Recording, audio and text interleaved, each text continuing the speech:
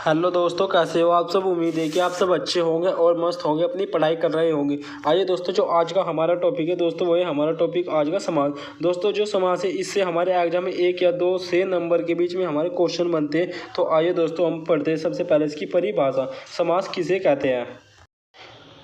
दो या दो से अधिक शब्दों के मेल से नए शब्द बनने की क्रिया को क्या कहते हैं दोस्तों? उसको हम समास कहते हैं। या दो या दो से अधिक शब्दों से मिलकर बने नए सार्थक शब्द को हम क्या कहते हैं दोस्तों? उसको समास कहते हैं। समास का दोस्तों जो शाब्दिक अर्थ होता है वो होता है संक्षिप्त करने की रचना विधि या छोटा करने का ढंग।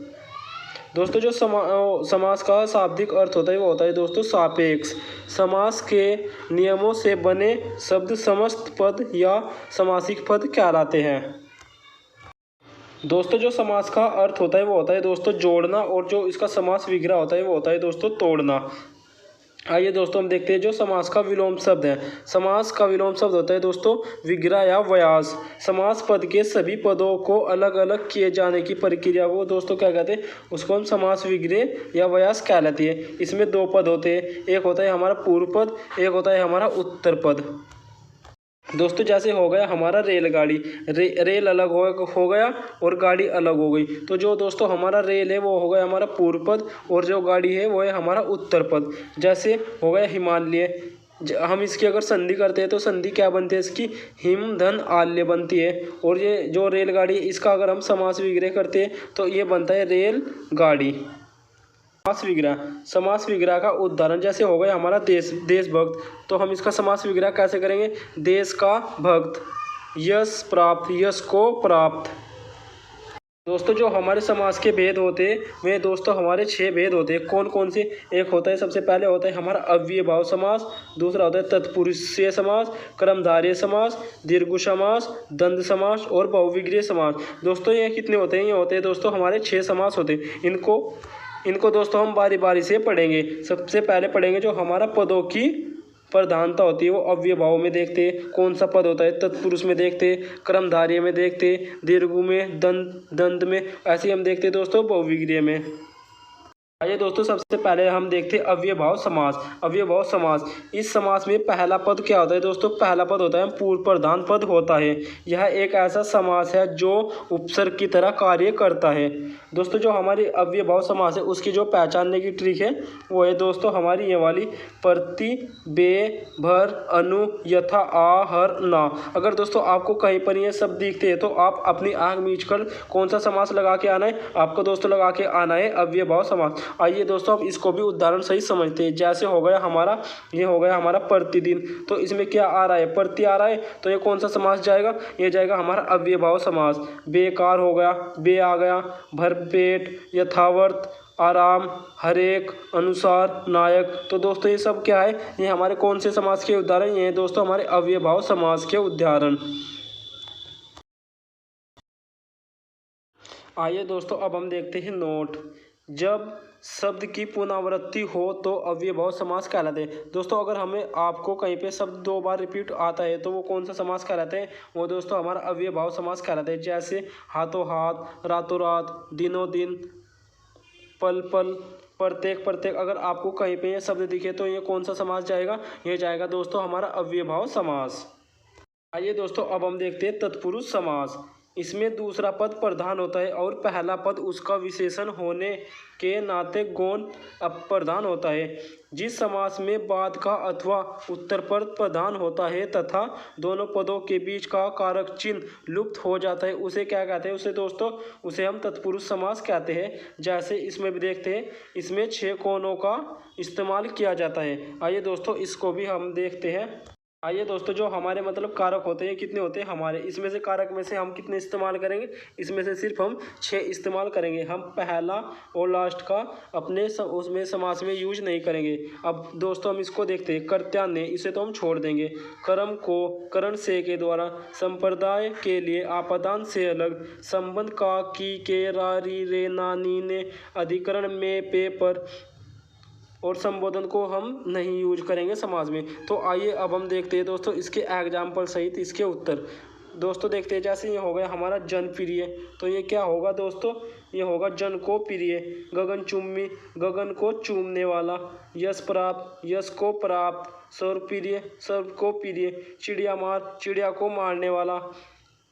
रथ चालक, रथ को चलाने वाला। तो दोस्तों ये सब हमारे किसके उदाहरण हैं, ये दोस्तों हमारे तत्पुरुष समास के उदाहरण। और भी देखते हैं दोस्तों, आइए दोस्तों और भी देखते हैं, जैसे जेब कतरा, ये क्या होगा, जेब को कतरने वाला। स्वर्गीय, स्वर को गया। ग्राहगत, घर को आया हुआ। तो दोस्तों ये थे क्या है कि हमारे तत्पुरुष समास के उदाहरण। दोस्तों इसमें उदाहरण और भी है, आइए हम देखते हैं। आइए दोस्तों अब हम देखते हैं संप्रदान। जो संप्रदान के में कारक चिन्ह प्रयोग होता है, जैसे हो गया हमारा प्रयोगशाला, तो इसका क्या बनेगा, प्रयोग के लिए शाला। स्नान घर, स्नान के लिए घर। यज्ञशाला, यज्ञ के लिए शाला। डाक गाड़ी, डाक के लिए गाड़ी। परीक्षा भवन, परीक्षा के लिए भवन हो गया। हथकड़ी, हथ के लिए, हाथ के लिए कड़ी हो गया। अब आइए दोस्तों हम देखते हैं आपादान। आपादान में जो हमारी कारक विभक्ति प्रयोग होती है इसको भी हम देखते हैं। धनहीन हो गया, धन से हीन हो गया। ऋण मुक्त, ऋण से मुक्त हो गया। गुणहीन, गुण से हीन हो गया।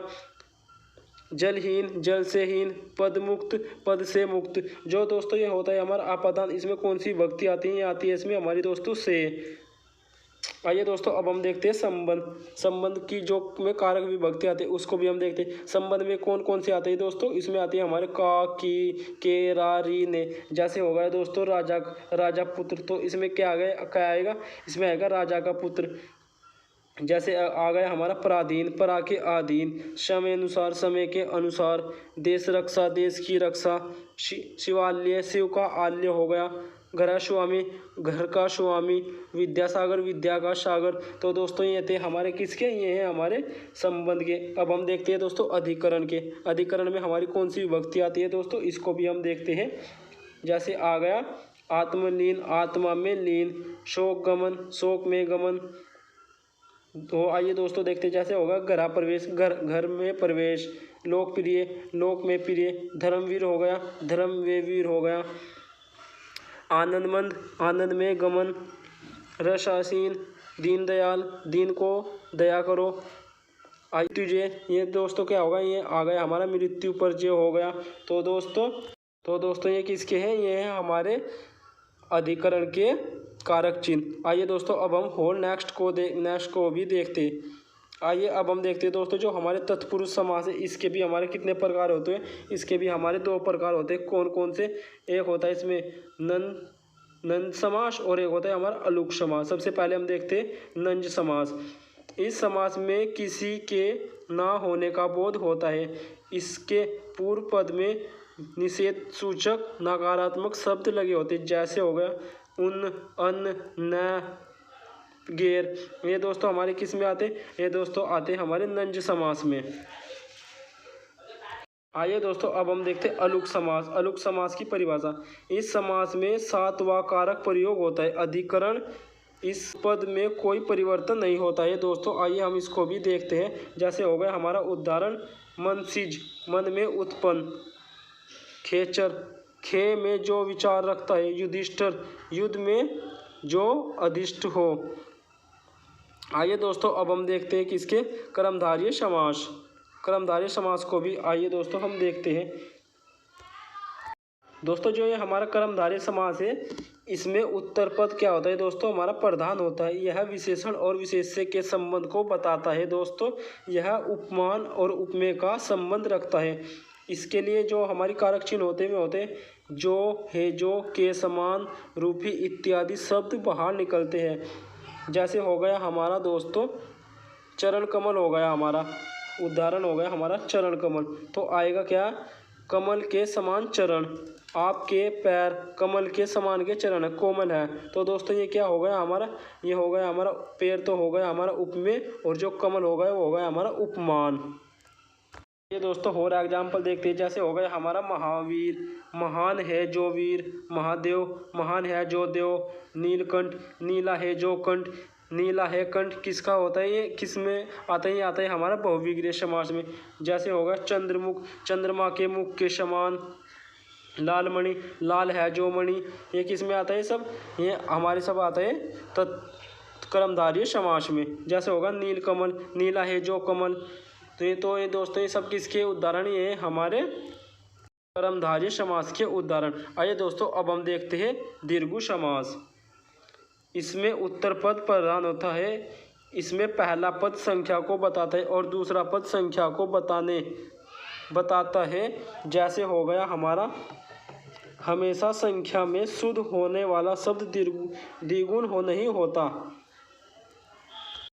आइए दोस्तों अब हम देखते हैं द्विगुण समास के उदाहरण। जैसे हो गया हमारा सप्ताह, 7 दिनों का समूह। सप्तसिंधु, 7 सिद्ध। जैसे हो गया हमारा सप्त सिंधु, 7 सिंधुओं का समूह। दोपहर, सिंधुओं का समूह। दोपहर, 2 के पहर का समूह। त्रिलोक, 3 लोकों का समाहार।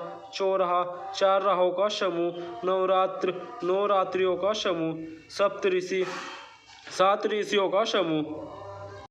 आइए दोस्तों जैसे देखते हैं हम तिरंगा को देखते हैं। 3 रंगों का समूह। त्रिकोण, 3 कोणों का समूह हो गया। 9 ग्रह, 9 ग्रहों का समूह हो गया। अठन्नी, 8 अन्नों का समूह हो गया। चौमासा, 4 मासों का समूह। शताब्दी हो गया, 100 वर्षों का समूह हो गया। तो दोस्तों ये थे आज के हमारे जो किसके उदाहरण, ये हमारे दोस्तों दीर्घ समास। आइए दोस्तों अगला समास को भी हम देखते हैं। अब हम देखते हैं दोस्तों द्वंद्व समास। अपना द्वंद्व समास कौन सा, इसमें दोनों पद प्रधान होते हैं। इसमें जो हमारे द्वंद्व समास को पहचानने की जो चिन्ह है वो है हमारा योजक चिन्ह। आइए दोस्तों इसको भी हम देखते हैं। योजक चिन्ह का प्रयोग होता है द्वंद्व समास में। हमारे कौन से चिन्ह का प्रयोग होता है, वो होता है हमारे योजक चिन्ह का। आइए दोस्तों देखते हैं इसको भी उदाहरण से। जैसे माता पिता, तो जो हमारे ये आपको चिन्ह दिख रहा है, ये कौन सा चिन्ह है, ये योजक का। तो ये किस में जाएगा, ये जाएगा दोस्तों हमारे द्वंद्व समास में। माता और पिता द्वंद्व समास का उदाहरण है। रातों रात अव्ययभाव समास तो है ये, लेकिन इसमें ये योजक चिन्ह भी आ गया, तो ये क्या में जाएगा, ये जाएगा दोस्तों हमारा द्वंद्व समास में। अब देखते हैं दोस्तों हम और इसके उदाहरण देखते हैं। जैसे पति और पत्नी, पाप और पुण्य, दाल रोटी, आगे पीछे, ठंडा गर्म, बचपन, नर और नारी, दिन और रात, ये सब हमारे किस में जाएंगे, ये सब हमारे द्वंद्व समास में जाएंगे। जैसे ऊंचा नीचा हो गया, अपना पराया, दूध दही, दुख सुख, राजा प्रजा, ये सब हमारे किसके उदाहरण हैं, ये दोस्तों सब हमारे द्वंद्व समास के उदाहरण। अगर आपको कहीं भी ये चिन्ह योजक चिन्ह मिले तो आप अपनी आंख मीच के आंसर लगा देना कौन सा, द्वंद्व समास। आइए दोस्तों अब हम देखते हैं बहुविग्रीय समास। समास कितने होते हैं दोस्तों, वो होते हैं हमारे 6। वो आज का हमारा लास्ट कौन सा है, ये हमारा बहुविग्रीय समास। आइए दोस्तों इसको भी हम देखते हैं।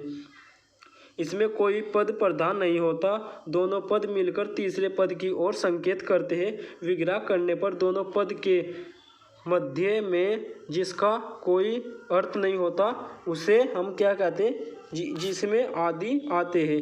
आइए दोस्तों इसको भी हम देखते हैं। जैसे हो गया हमारा अपना फर्स्ट एग्जाम्पल देखते हैं। ये हो गया हमारा लंबोदर। लंबा है उदार जिसका, वो क्या होता है दोस्तों, वो होता है हमारा गणेश। दशानन, 10 है आनंद जिसके, वो कौन था दोस्तों, वो था हमारा रावण।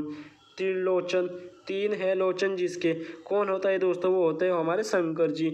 चंद्रमूल, चंद्र है मूल पर जिसके, वो कौन है, वो है हमारे शिव। पीताम्बर, पीला है अंबर जिसका, वो कौन है, विष्णु जी है हमारे।